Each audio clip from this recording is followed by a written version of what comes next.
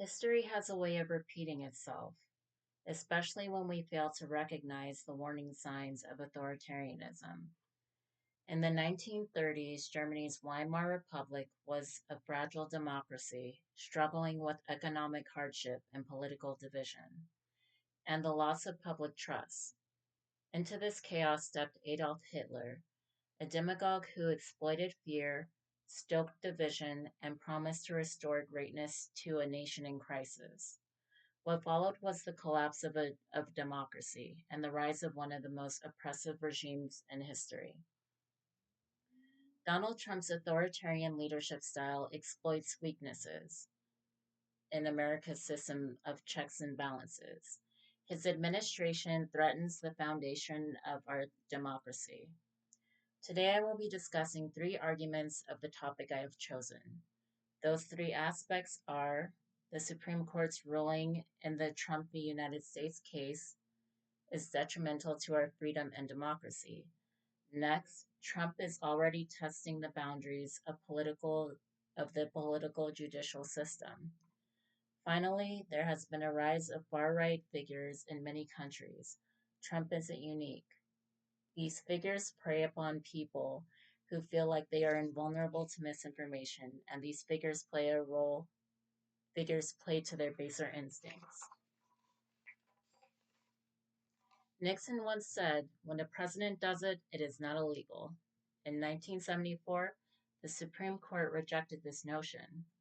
In 2024, they endorsed it.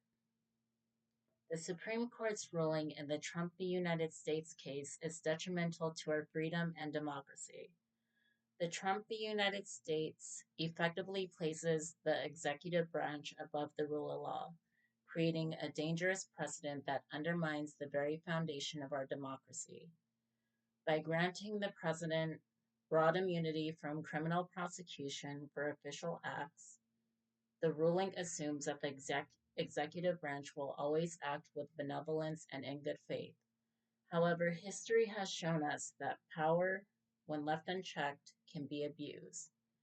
It only takes one corrupt, authoritarian-minded president to exploit this immunity, leading to disastrous consequences for both domestic and international communities. Justice Sotomayor's dissent is included in Schwinn's article. It was inconsistent with the constitutional context, history, and established understandings that it was deeply wrong, and even on its own functionalist terms, and at the core, immunity was both unnecessary and misguided. She argued that the court invented this new presidential immunity through brute force.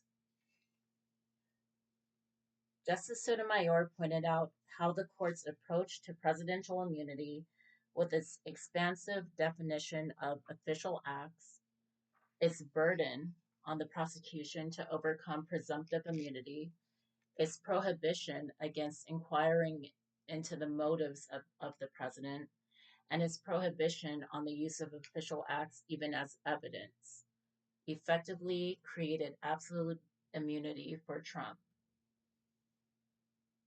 I was deeply moved by Sotomayor's dissent. She painted an alarming picture of what the potential abuses that could occur during this ruling. The justices who ruled in favor of Trump argued the hesitation on the part of the president to execute the duties of his office fearlessly and fairly might result when the president is making decisions under a pall of potential prosecution. I would argue 45 presidents have effectively carried out their duties without the need for sweeping immunity. In fact, we have faced significant legal and political challenges, such as Nixon in Watergate or Clinton during his impeachment, and still governed effectively. The judicial branch's role in scrutinizing presidential actions has not hindered governance, it has safeguarded it. History shows that the specter of judicial oversight has been the only safeguard against the president's making decisions that disregard public well-being.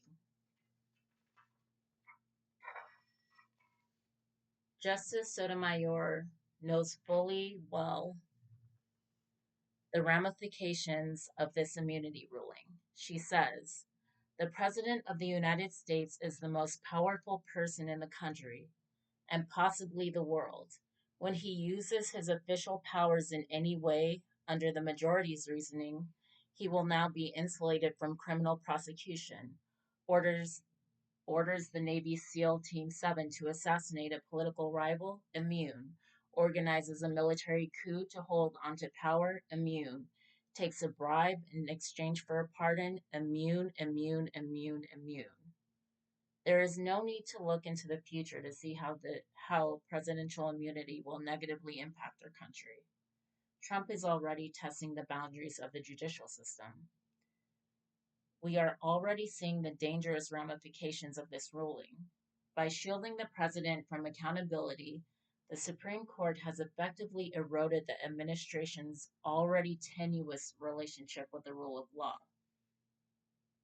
Without the threat of judicial oversight, the president has been emboldened to push the boundaries of executive power, bending laws to suit his own agenda. For example, the Trump administration has recently begun deporting individuals under the Alien Enemies Act, a law intended for use during wartime, according to tradesmen. By applying this act outside its intended context, the administration is twisting the law to justify their actions to align with its political goals, not the public good. This is a clear abuse of executive authority, and without the possibility of judicial scrutiny, there is little to stop such overreach. According to O'Toole, what this pattern suggests is not just that the strong man comes back, he returns as a more radically authoritarian ruler. The second time he is infused with the swagger of impunity. The man they couldn't kill is also the man they cannot inhibit. He writes, "Disinhibition is a word that has recently migrated from the lexicon of psychology and into that of American politics. It refers to a condition in which people become increasingly unable to regulate the expression of their impulses and urges. And this year, it is very obviously applied to Trump's increasingly surreal, vituperative, and lurid rhetoric." From Toole's piece, he states, "The description of him as a person that has nothing but contempt for our democratic institutions, our Constitution, and the rule of law comes not from one of his enemies, but from one of his longest serving Chief of Staff, John Kelly. I find it to be troubling that he is flexing his executive power to this extent. Some would say many of his voters trust in an idea of an America that is so fundamentally resilient that it can afford to take breathtaking risks. I would suggest many Americans voted for Trump because they were seeking change. Change they felt was insufficient under Obama and non existent under Biden. They were frustrated with a system that seemed to ignore their struggles, and they placed their trust in a candidate who promised to upend the status quo. But while their desire for change is understandable, the system of checks and balances that underpins our democracy is more fragile than they realize. This presidency is not about uplifting the country, it is about consolidating power and enriching himself. The people who voted for him were sold a false promise by a snake oil salesman who exploited their frustrations for his own gain. In his piece, The Second Coming, O'Toole remarks on the psychology of his voters. But the other tribe thinks the U.S. can afford to gamble its future on a carnival barker, a wild improviser, a reckless disruptor. It has paradoxically a deep confidence in America that Trump disparages with such dark relish, believing that a good shaking up will not break the country, but bring it back to its true self. Is saying our democracy is under attack by authoritarianism being alarmist? Maybe Trump is just an unusual figure whose words and actions are strange and not malicious. There has been a rise of far right figures in many countries. Trump is not unique. These figures prey upon people who feel like they are invulnerable to misinformation, and these figures play to their baser instincts. The idea of America exceptionalism, the belief that the United States is inherently superior to other countries and immune to the pitfalls of history, is a dangerous myth. Americans are not exceptional, and neither are our institutions. For too long, this belief has lulled us into a false sense of security, blinding us to the vulnerabilities within our system and leaving us susceptible to the propaganda of bad actors. We are not immune to the rise of demagogues, a phenomenon often associated with developing nations. Demagogues thrive when people can no longer discern fact from fiction, right from wrong, and truth from lies. All the confusion that is sown comes at the expense of our democratic system and the norms that govern it. In his book, Austin Surratt writes, insular, dismissive of inconvenient facts, self validating, endlessly repeated on social media platforms, and endorsed by persons in power, represents a genuine threat to liberal democracy. As Rosenblum notes, such thinking, with its claims of electoral fraud and of deep state forces operating to unseat the president, works to delegitimate democracy's foundational institutions. For McIntyre, the Trump presidency delivered a textbook example of the power of a liberal discourse to erode democratic norms and the rule of law. And tirelessly labeling the Robert Mueller probe and his first impeachment trial as partisan and corrupt, Trump was largely successful in evading any reckoning with his transparent abuses of the presidency. He also writes, the new illiberalism is rooted in narratives of perceived shared grievances, of threats coming from foes abroad and subversives at home. In the name of protecting democracy, the new illiberal leaders attack the separation of powers and the independence of the judiciary. I used to believe that America was different, that coups happened elsewhere. Then I watched a crowd chant, Hang Mike Pence outside the Capitol in 2021.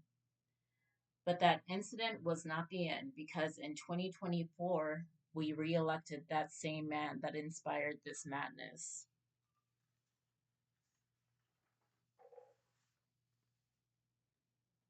Some would say it is worth noting that one of Trump's most illiberal policies, the so called Muslim travel ban, ultimately was upheld by the Supreme Court. In pursuing a profoundly illiberal agenda, Trump never acted in defiance of court. But to this, I would say, while a policy can be ultimately upheld by the Supreme Court, it should not absolve this administration from the harm caused by their policies. Demagogues like Trump don't always act in outright defiance of the courts. They corrupt and they manipulate the system to achieve their goals. Surratt writes, in pursuing a profoundly illiberal agenda, Trump never acted in defiance of the court order. Rather, borrowing from the illiberal toolkit, he installed loyalists in federal judgeships and at the helm of federal bureaucracies. In his last days in office, Trump aggressively used the president's power to grant pardons to friends and allies who had committed crimes in service of Trump's political ambitions. Most constitutionalists would agree that these acts disgraced and misused the pardon power, but did not violate the Constitution itself. For all these reasons, I believe that America is heading into a period of crisis, and I'm not sure that our system can save us. Donald Trump's authoritarian tactics, enabled by a fractured judiciary and a complacent Congress, have exposed fatal flaws in America's checks and balances, pushing the nation toward democratic collapse. The Supreme Court's ruling on the Trump v. United States case was detrimental to our freedom and democracy. Next, Trump is already testing the boundaries of the judicial system. Finally, there has been a rise of far right figures in many countries. Trump isn't unique. These figures prey on people who feel like they are invulnerable to misinformation, and these figures play to their baser instincts. Trump isn't unique, but America was supposed to be. If we don't act, we'll prove the autocrats right, that democracy was always an illusion and that power belongs to those ruthless enough to take it. Thank you for listening to my persuasive speech. My name is Taishane Cox.